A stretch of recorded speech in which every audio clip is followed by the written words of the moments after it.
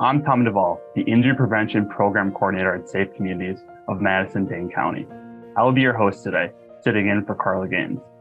I am pleased to welcome you to the Ending Deaths from Despair webinar series. To our knowledge, it is the only one of its kind in the nation. On behalf of the Ending Deaths from Despair Task Force, I would like to thank you for joining us and for being part of the solution. The goal of this webinar is to save lives in Dane County and help us set a standard for communities around the nation grappling with deaths from despair. Help us understand what underlines these deaths from despair and to provide the tools to all workers who are trying to prevent these deaths. We are also here to lay the groundwork for continued conversations and action on how to make Dane County's mental health and substance use disorders treatment accessible, culturally competent, and effective to eliminate all deaths from despair. Today's presentation of the series is entitled Farmers and Suicide, presented by Sarah Kolbeck, Director of the Division of Suicide Prevention at the Medical College of Wisconsin. Sarah is the Director of the Division of Suicide Prevention at the Comprehensive Injury Center at the Medical College of Wisconsin. In her role, Sarah works with collaborators around the state of Wisconsin to research, develop, implement, and evaluate strategies for suicide prevention among veterans as well as farmers and marginalized populations, including Black, Latinx individuals living in urban areas. Sarah is also a PhD candidate in the Institute of Health and Equity at the Medical College of Wisconsin. Her dissertation research is focused on better understanding farmer suicide through qualitative methods, including photo voice. Along with Sarah is Jean Papalia, our moderator. She is a suicide prevention specialist for Safe Communities, teaching QPR for the past 14 years. She has worked with Sarah on several statewide committees, including the Prevent Suicide Wisconsin Steering Committee and the Southeastern Wisconsin Veterans Suicide Prevention Task Force. Again, I want to thank all of you for being here today, and I will now turn it over to Sarah to begin. Thank you. Great. Thanks so much for having me today. I really appreciate this group calling attention to this very important topic. And so, as Tom said, my name is Sarah Kolbeck, and I am going to be presenting some findings from a project that I have worked on through my dissertation entitled Wisconsin Farmers and Suicide. And so I will go ahead and get started with that. I just want to, just as a starting point, remind folks that we, as part of the presentation today, are going to be discussing issues related to suicide. This can often be a difficult topic for folks, particularly if you have your own lived experience of either suicide attempt or if you're a suicide survivor of suicide loss. And so just a quick reminder to step away if you feel the need to do so. If you're feeling yourself becoming a little bit distressed, please feel free to step away. This is being recorded. You can always catch up on it later. And I just wanted to mention that there are resources available if you are concerned about yourself or a loved one after today's conversation. The Wisconsin Lifeline is now available 24/7 at 988. This used to be the Suicide Prevention Lifeline, National Suicide Prevention Lifeline, but was rebranded, and we have a new 3-digit dialing number, 988, that you can call at any time of the day, 7 days a week, to be connected with a counselor who's been trained, who can help you work through the concerns that you're dealing with. So the objectives for our time together today, I want to start out by quickly summarizing and describing data on farmer suicide globally, nationally, and in Wisconsin, just to set the stage and provide some background on this important public health issue. And then I'm going to spend some time detailing the process that I have undertaken to help us better understand farmer suicide in Wisconsin. My background is in public health. I have a master's in public health, and I'm working on a doctorate in public health. And so I am focused on information for prevention. And so I'm going to talk to you about the process that I have undertaken to obtain that information. Then I'm going to move into a summary of the findings of this project, which was just concluded this year, that looked at farmer suicides in Wisconsin from 2004 through 2018. And then I want to end by just going through a quick exploration of some public health-based strategies for farmer suicide prevention. As I mentioned, I am a public health person. I am not a mental health provider. And so you're going to notice that the strategies that I've outlined as suggestions for prevention are going to be more focused on policies and systems versus individual mental health care. That's just the lens that I bring to this work, and is, I think, an important complement to the individual level mental health strategies that are out there. So just to set the stage a little bit about this issue, kind of globally and nationally. So according to the World Health Organization, we know that there are approximately 800,000 suicides each year globally. This is likely an underestimation because we know that suicides are underreported in many countries, including the United States, for a variety of reasons. Suicide is also the 10th leading cause of death in the United States, and it is the second leading cause of death for individuals ages 10 to 34 in the United States. So suicide is a public health issue. It's an important issue for us to consider, along with the many other public health issues that we are facing and dealing with in this challenging time. It's important to keep suicide in our minds as an issue that needs to be explored and discussed. So looking a little bit at farmer suicide specifically, there is quite a bit of literature internationally that has examined farmer suicide. Two of the countries that have published pretty substantial literature on farmer suicide internationally are India and Australia. There's fairly well-developed research literature out of both of those countries. In India, some specific topics have been examined as contributors to farmer suicide. Those include things like macroeconomic policy, economic inequality, and then exposure to pesticides. Exposure to pesticides has been examined here in the United States as well as a contributor to suicide. Basically through two mechanisms. One is kind of the chemical exposure to pesticides and what changes that exposure potentially makes to the brain, the biology of the brain that might predispose one to suicidal thoughts and behaviors. The other mechanism that through which pesticides are related to suicide is as a mechanism of injury or a method of suicide. So having access to lethal pesticides, unfortunately, that has been a big issue in India and in other countries that has led to suicides and actually has led to policy change around pesticide exposure. In Australia, there have been several issues that have been explored as potential contributors or factors associated with farmer suicide. In Australia, that has focused a lot on climate change and extreme weather events.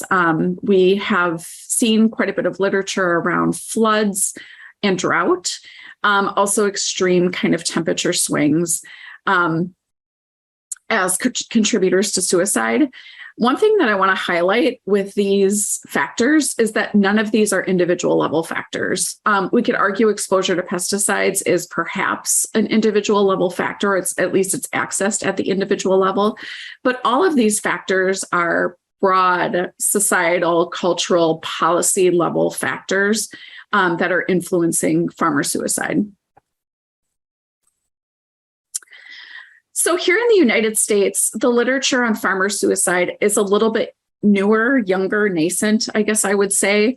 There has been attention focused on farmer suicide over the last, I would say, decade or so. And in 2020, the Centers for Disease Control and Prevention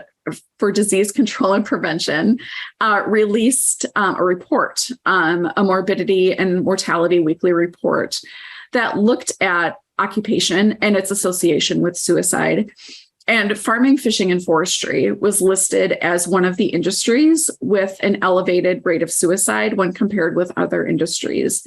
A couple of the other industries mentioned were mining and transportation.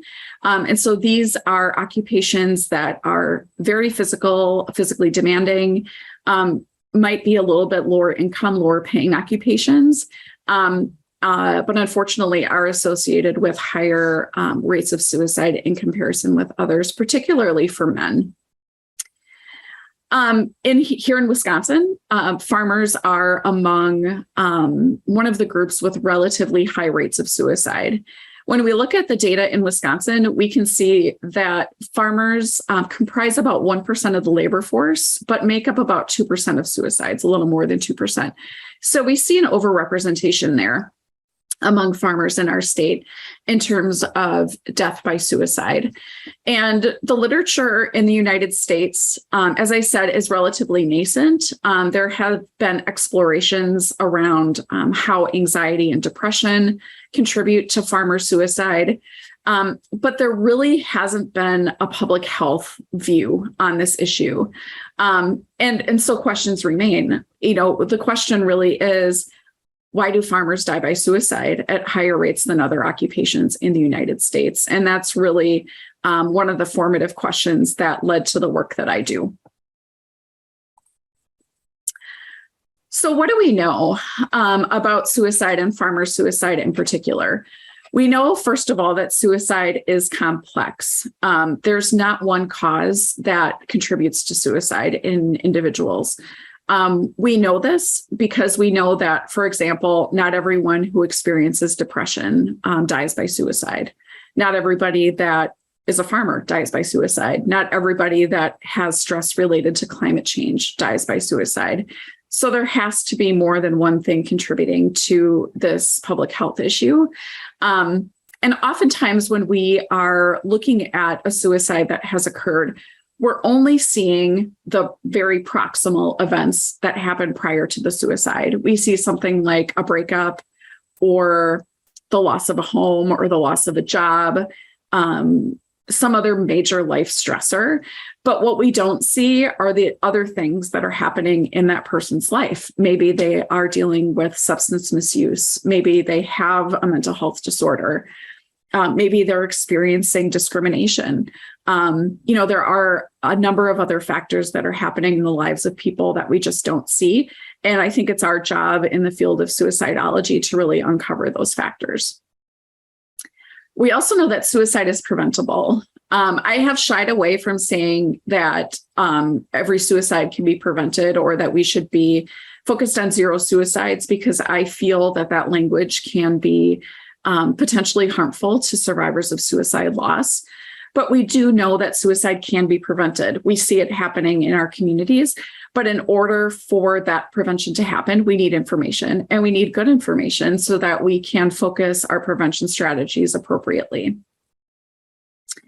When we specifically think about farmers and farmer suicide, we know that farming is unique. We know that it's not just a job, that it's really a lifestyle.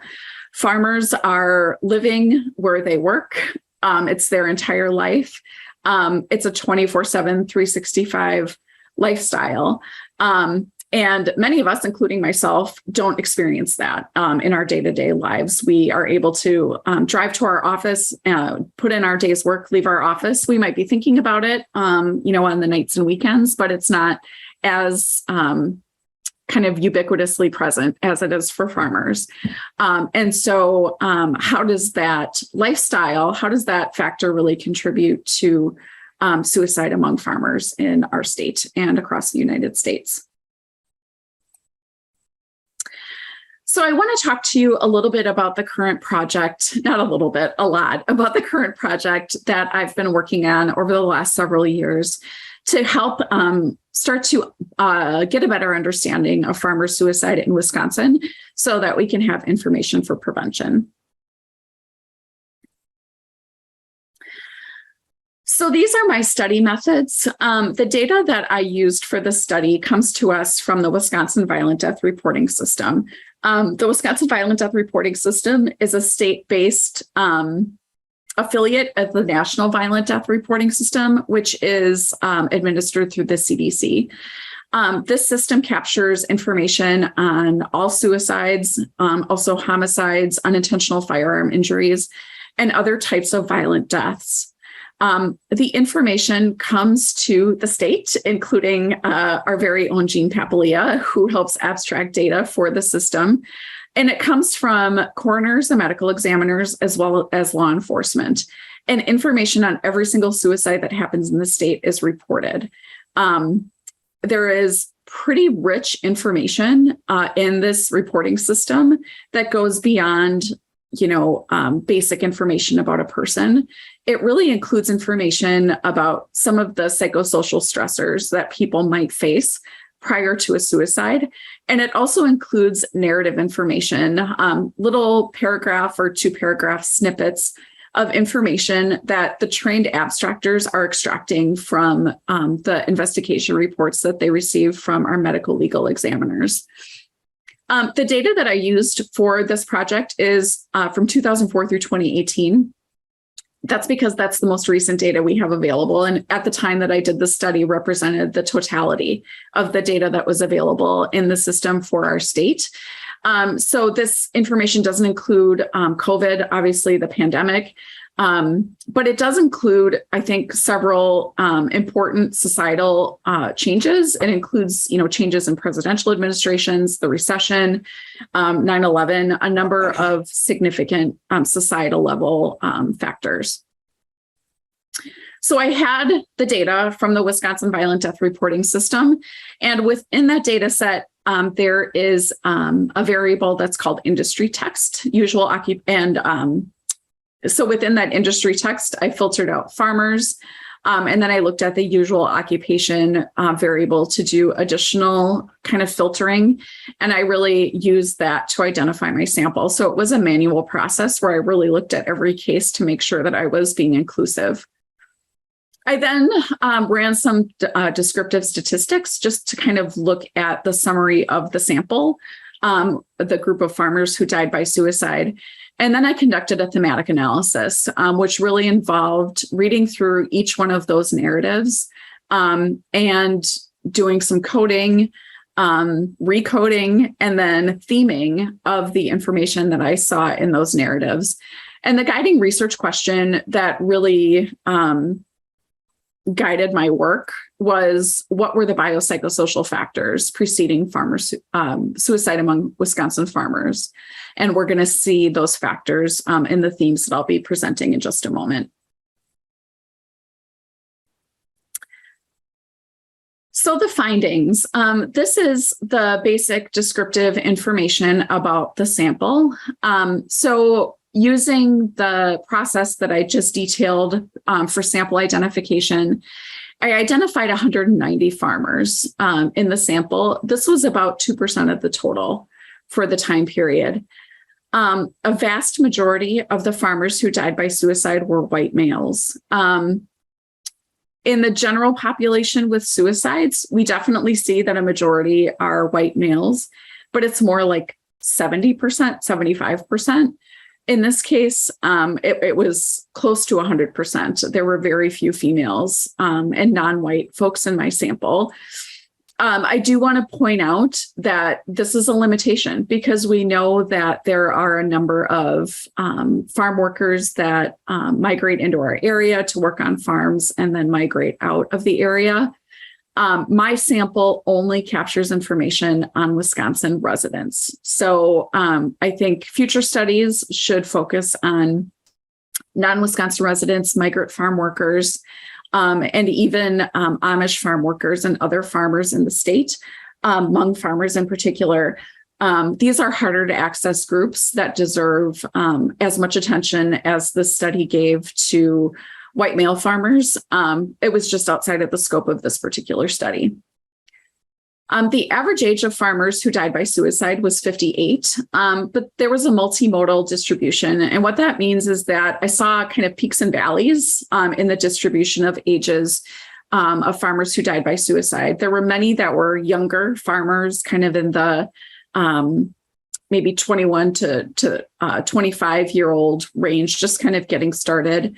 There were many middle-aged farmers who died by suicide. And then there were several farmers who maybe were retired, that were in their 60s and 70s, perhaps still working, perhaps retired, who died by suicide. Just a little more than half of the individuals who died had a high school diploma, and 45% were married. And this is important because we generally consider social connection to be protective for suicide. Marriage is obviously one way where there can be social connection, but it can also be a source of stress. And we'll see that in the themes that were presented here. So just important to consider. In terms of mechanism of injury, 71% of the farmers who died by suicide used a firearm. This is a divergence from what we see in the general population. Generally, we see just about half of individuals who are suicide decedents using a firearm, but there's many more, a higher proportion of farmers using a firearm. And this is for a number of reasons that I'm going to talk about in a bit, because this relates to one of my themes. About 18% died by hanging, and then 6% died by poisoning, and that might include prescription drug overdose, non-prescription drug overdose, or ingesting toxic chemicals. The other point that I just want to make is that 17% of farmers had alcohol in their system at the time of their suicide death. This is important because we know that alcohol can decrease inhibition, it can contribute to impulsivity, it can amplify emotions. We also have a very strong alcohol culture in our state. And so I think that this topic deserves its own discussion, and we'll talk about that a little bit more as we talk about our themes. So next, I'm going to move into the findings from my qualitative thematic analysis. Really, the goal of thematic analysis is to capture the essence of the data. It's to help kind of tell the story of what was going on with the cases that are being studied. And so through this thematic analysis, I was really trying to convey and portray the essence of the different stressors that farmers were experiencing prior to their suicide. So the first theme is about rugged individualism, and seeing that rugged individualism clashing with a need to rely on others. We know that self-reliance is important among farmers. This has been demonstrated in the literature over and over, that self-reliance and independence are important values for farmers. And we also know that as farmers age, they might encounter physical health issues. As I mentioned earlier, farming is a very physically taxing lifestyle, and oftentimes leads to either acute injuries that cause a physical health issue or chronic pain-related issues from years and years of hard physical labor. Aging is also a contributor to kind of a need to rely on others. It's a significant stressor for folks and for farmers who are used to being able to do things on their own. These physical health issues, aging-related issues, compromise a farmer's ability to be self-reliant and causes a source of stress for farmers. And we see that in the narratives that we looked at. So these are some emblematic quotes that I was able to pull from the data that really exemplify this theme. There was this need to rely on others. Many Wisconsin farmers who died by suicide were facing physical health issues and were facing sort of this decreased ability to rely on themselves. In the first quote, you can see that the narrative indicated that the week prior to the suicide, this farmer had to get the assistance of a friend to help him cut his toenails. And this really disgusted him because he was not physically able to do this on his own. He, the person who died, was described as a proud farmer and did not like having to rely on or ask others for help. So he was disgusted with himself. He was used to being able to rely on himself, and the fact that he wasn't was really upsetting to him. There was also a sense of being a burden with folks. In one case, a note was found at the home of a suicide decedent that was addressed to his children. The farmer stated that he had too much pain in his life and he was going to be too much of a burden on his family. So again, having to rely on others. In one case, a farmer was no longer able to perform chores that he had to do on the farm. He was depressed over farm prices and his age and his reduced ability to perform farming chores.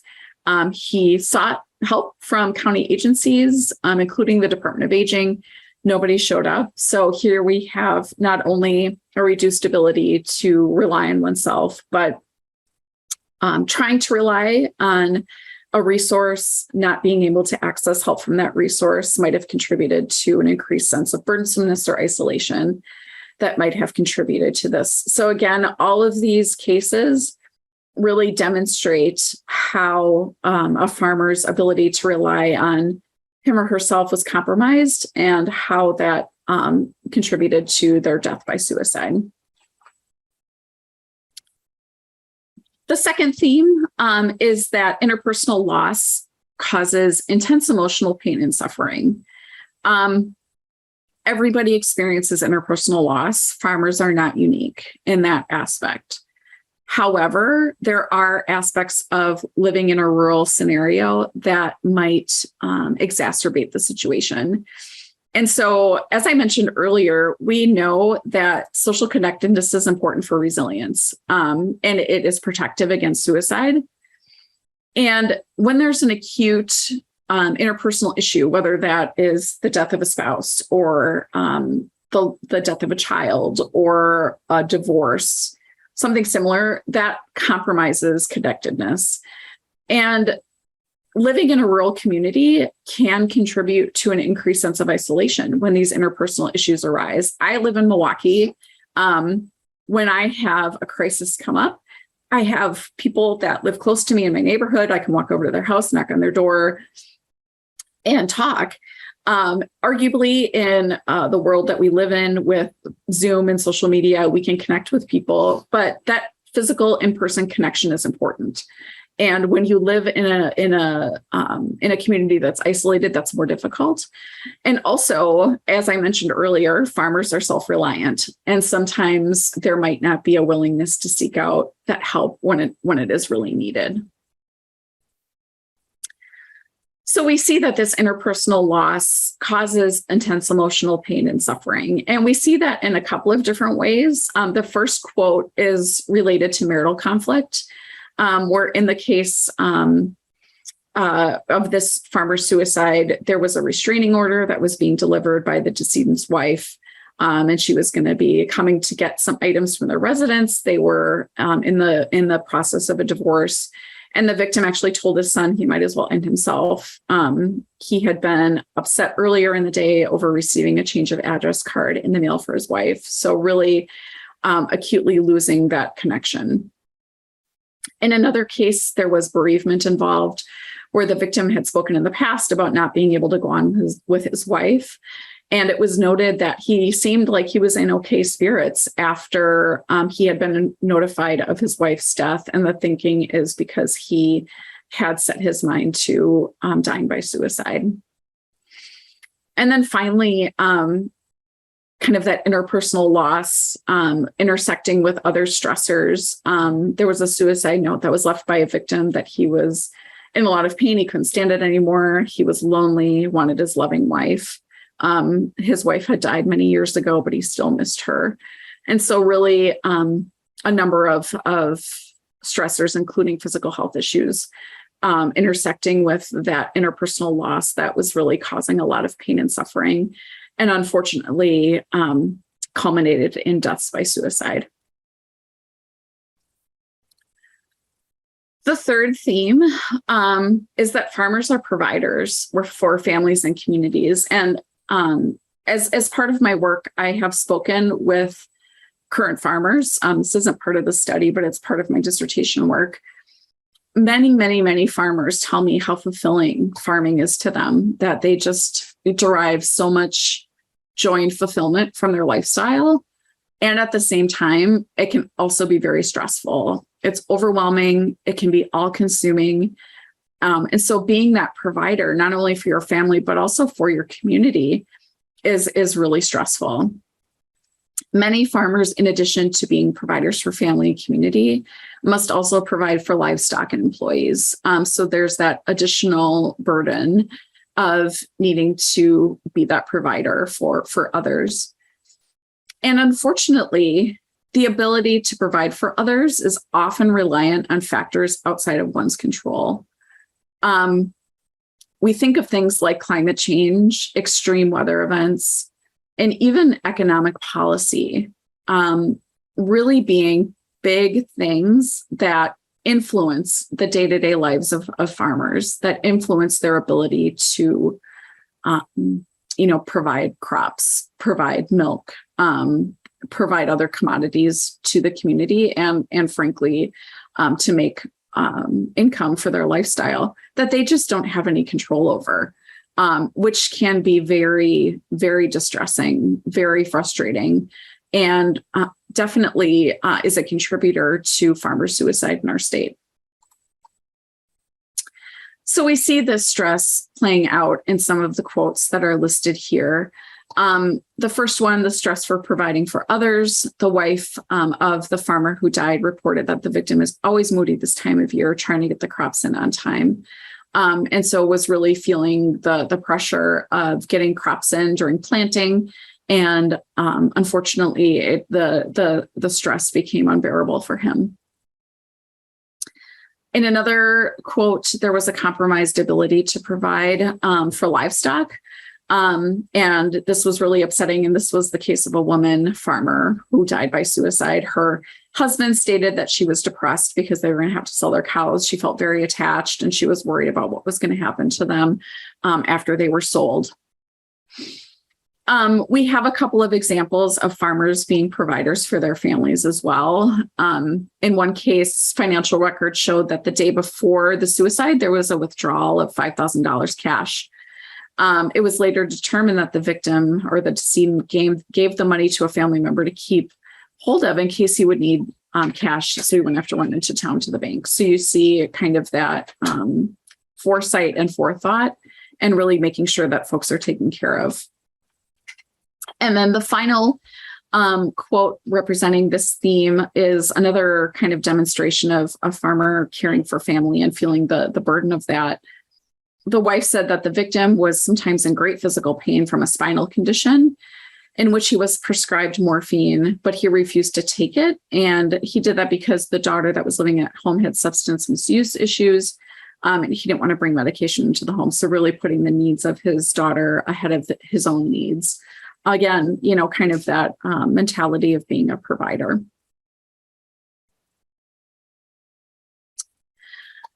The fourth theme is around alcohol and firearms. I mentioned earlier when I was talking about the sample descriptives that firearms were utilized in about 70% of suicides among Wisconsin farmers. We know that firearms are the most lethal mechanism of injury and suicides. About 90% of people that attempt suicide with a firearm will die by suicide. That's compared with hanging and poisoning, where the percentage is closer to 20 or 30%. So there's just no opportunity to intervene. And about 11% of farmers who died by suicide, by firearm suicide specifically, also had alcohol in their system. So you have this very lethal mechanism of injury, and then the inhibition lowering or impulse activating chemical in a system. And so that combination may have facilitated suicide among Wisconsin farmers.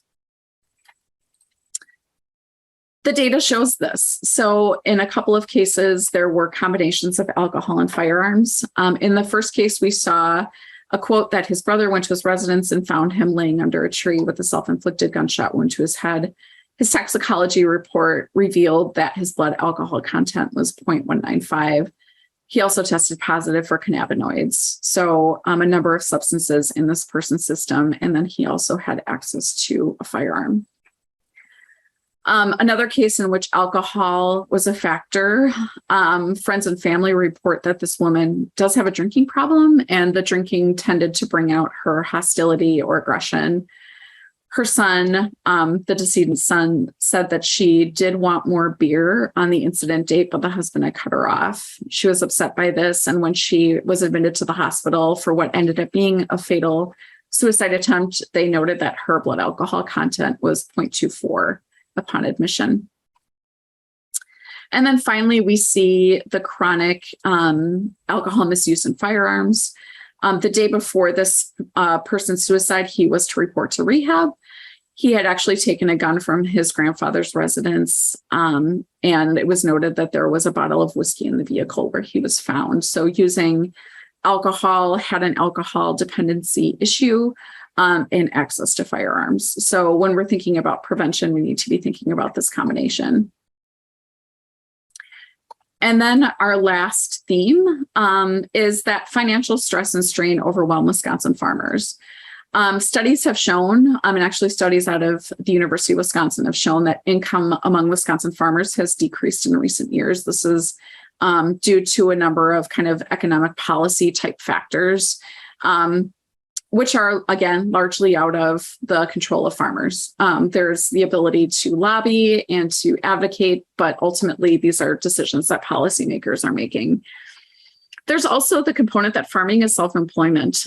Farmers are self-employed. They are having to pay for their health insurance, and income often is not super great. And so they're really having to kind of budget in ways that are incredibly stressful and overwhelming. Here are some themes that support that. The first related to limited access to health insurance. Victim's family reported that he had heart surgery 5 or 6 years ago. He became disabled and was no longer able to work around the farm. This, along with the fact that they did not have health insurance and the fact that the heart surgery raised an extreme amount of financial debt to the family, caused the victim to become somewhat depressed. And this was considered to be a contributing factor to his suicide. In another case, a farmer was losing their home and farm. Information from a civil processor said that he had been working with this farmer for the past several weeks regarding the eviction from his property due to the foreclosure and sale of the farm. The farmer had hoped to receive funds that would make it possible to retain the property. On the date that he was found to have died by suicide, the processor was actually coming to the home to serve the eviction papers. And this was the person's final day to be in their home. And when you think about farming and how there can be this generational legacy, it's not just a home. And so this debt is had distressing. And then finally, related to farm-related debt, this farmer had been having financial difficulty and had not made a payment on his farm. He received a call the day before his suicide from the loan company, who told them they would be coming the next day to talk to him. Again, facing the potential loss of a farm, potential loss of a lifestyle. So how can we use this information to prevent suicide among Wisconsin farmers? This is very difficult, very heavy information to take in. I know personally, I've been looking at this information for the last couple of years. And so how can we use this to propel our suicide prevention efforts moving into the future? One of the things that we consider is the power of peer support in suicide prevention. Peer support can be incredibly powerful. And in fact, research literature is demonstrating the power of peer support, of being able to talk to and confide in somebody that understands other farmers who have gone through similar stressors, who know the language, who understand the culture, that can help counter some of the scripts that we see pervasive in our culture around masculinity and independence. And making it known that it's okay to rely on other people and to have that reliance or that ability to rely on folks in times of distress. Not only does that help to counter some of the prevailing narratives around things like masculinity and independence, but it also provides social connection, which as I've said, is protective. So, having peer support networks in times of distress can be very, very helpful. We can also leverage messaging. Public health has a lot of tools in its toolbox on social marketing, social media messaging that can help. We can help by promoting help seeking as a sign of strength. This is being done among veterans. It can be done among farmers as well. Public health messaging can also help to highlight local and state resources to build awareness. When I talk to farmers who are currently farming, a lot of them don't know about the amazing resources that are out there, including resources from our farm center, the Department of Ag. There are some really great resources available in the state. We just need to work to build awareness of those resources. And then also we can use messaging to build understanding for how to help neighbors and friends. A lot of people see suicide as something that's very stigmatized and in some cases even shameful. We need to build an understanding that you don't need to have a degree in psychology or psychiatry to help your neighbor and friend. Oftentimes, it really is just being able to have a conversation and being able to listen non-judgmentally as somebody is telling you about the things that they're dealing with in their life. We also need policy change. And this is, as I said, where most of my work focuses. We need healthcare policies so that systems can adapt. We have this information on stressors that contribute to farmer suicide. Let's use this information in our assessments and in engaging farmers in our community. Farmers want to be able to talk to somebody that understands their life and speaks their language, and our healthcare systems have to adapt to make that happen. Adapt, not adopt. We also need to look at policy around firearm safety. I am not advocating for removing firearms. I'm advocating for safer environments. So how can we use this information to help create safer environments while farmers are still able to access and utilize their firearms for the work that they do on their farm? In terms of federal policy, a couple of things that I would see as helpful is universal health insurance for farmers. Farmers are the backbone of our food supply chain, and providing universal health insurance for farmers would be incredibly helpful. We also need to look at policies around commodity pricing, including policies that would control overproduction, which artificially drives down prices for commodities, and that directly contributes to the income of farmers in our communities. So healthcare policy, state policy, and federal policy are areas to be examined. And then my final suggestion is to equip those who interact with farmers to respond when they see that a farmer is in a stressful situation. We can think about non-traditional helpers in this way.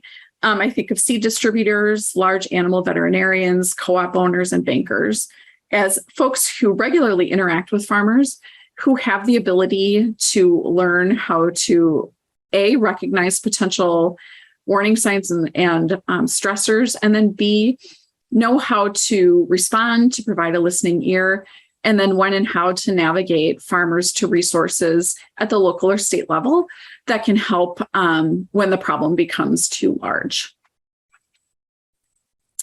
So in summary, I would just say that farmer suicide is a pretty critical public health issue. And it's an issue that requires a public health solution. We have mental health interventions that are wonderful. We also need to be thinking about this issue from a public health lens and leveraging public health solutions. And we need interventions across the social ecological spectrum. We need interventions at the individual level, the interpersonal level, the organizational level, the community level, and the societal level.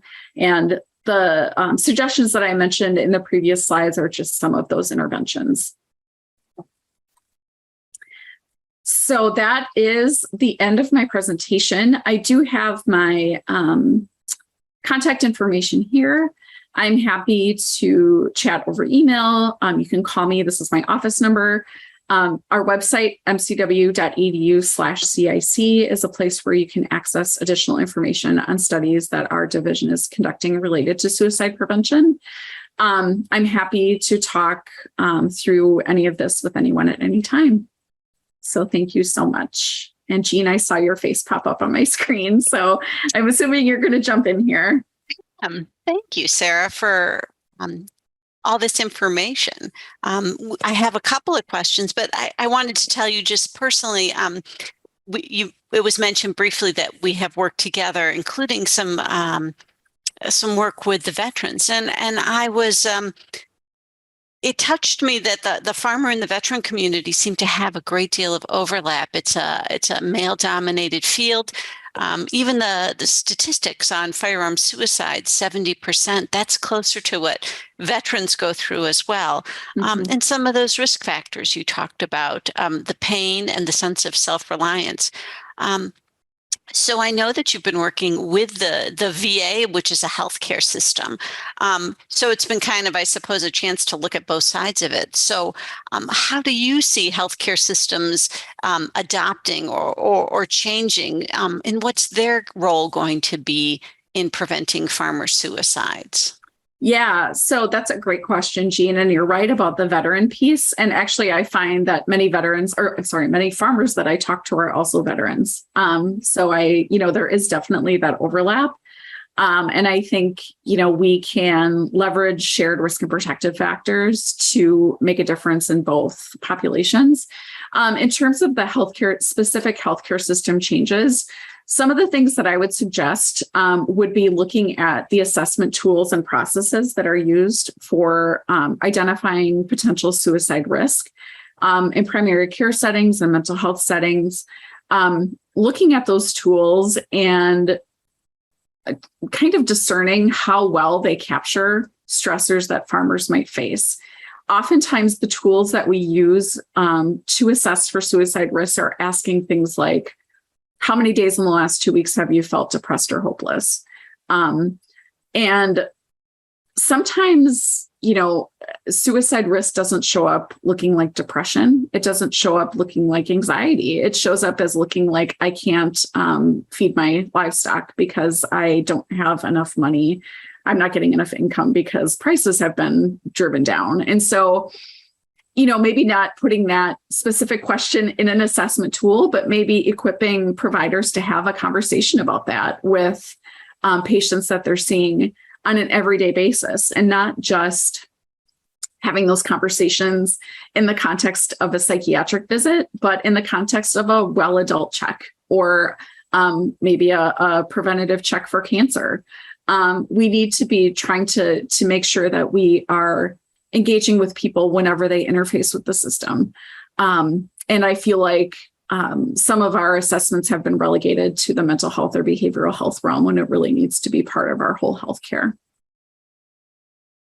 Yeah, I think you hit it right on the head there. I think to lay suicide prevention at the feet of the healthcare and say this is for you to solve sort of misses what you were talking about, the role that other people can play.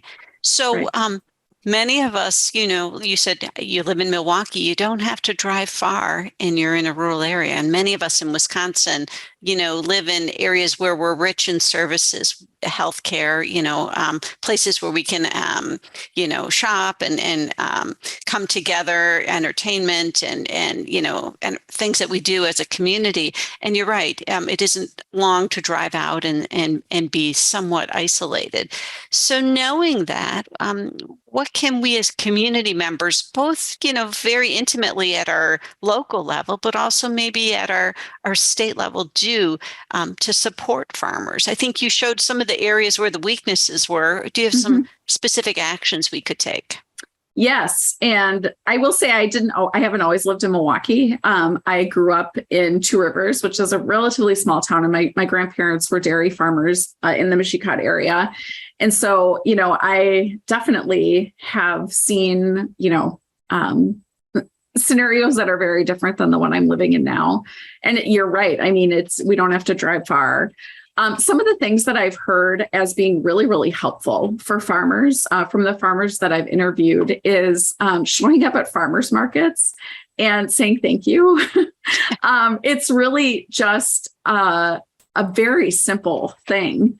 But there's a lot of pride that comes with, coming to a farmer's market and being able to lay out, what you are selling to folks and seeing how much that's appreciated and hearing how much that's appreciated and being able to have conversations in community with folks that are consuming, what you're providing, is very, very helpful, very protective. One of the other things that I've heard as being supportive is kind of getting farmers off the farm and out into the community with farmers and non-farmers alike. It helped some of the farmers that I've spoken to hear that other people have problems too, that it's not just them. The kind of there's misery loves company sort of a thing, that it's okay to commiserate about jobs or issues that you might have in a healthcare job or a manufacturing job or an educational job with a farmer, because it's kind of helpful for them to hear that they're not alone in their struggles. And, just to be able to kind of get away, get off the farm. So, being able to arrange for or support events, preferably events that don't revolve around alcohol, that provide opportunities for farmers to be able to network and engage with other community members. And I know there are organizations across the state that are doing this really important work. And I think the more that we can support that in community, the better. Yeah, I agree. I was recall, in June when there's many of the counties have the breakfast on the farm. Mm-hmm. For many of us, it's just an opportunity to see what everyday life is on the farm. And you're right, it simply never stops. How about the delivery of healthcare specifically? You and I had an interesting conversation with a suicide prevention specialist out in the western part of the state. She said, we need to talk to providers that asking a farmer, if you're feeling, kind of sad, why don't you just come into my office, really wasn't going to work. She talked about maybe if you offered to ride in the tractor, it would work. So tell me a little bit more about that. Yeah. It's such an interesting thing because we, as a society, tend to tell people, if you need help, reach out, when we need to be reaching in.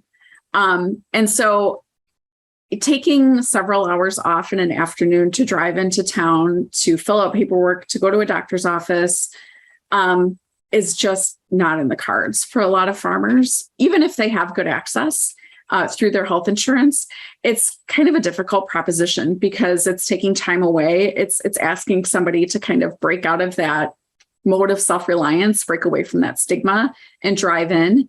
I understand with the limitations and challenges of our healthcare system, maybe this isn't possible, but an ideal would be kind of like house calls where, like you said, a doctor can go and ride around for an hour on a tractor with a farmer or even 30 minutes and just see how things are and not require that farmer to have to make the effort, to have the effort kind of come to them. I like that. Mm-hmm. Thank you. Well, Sure. Sarah, I think we're almost done with time.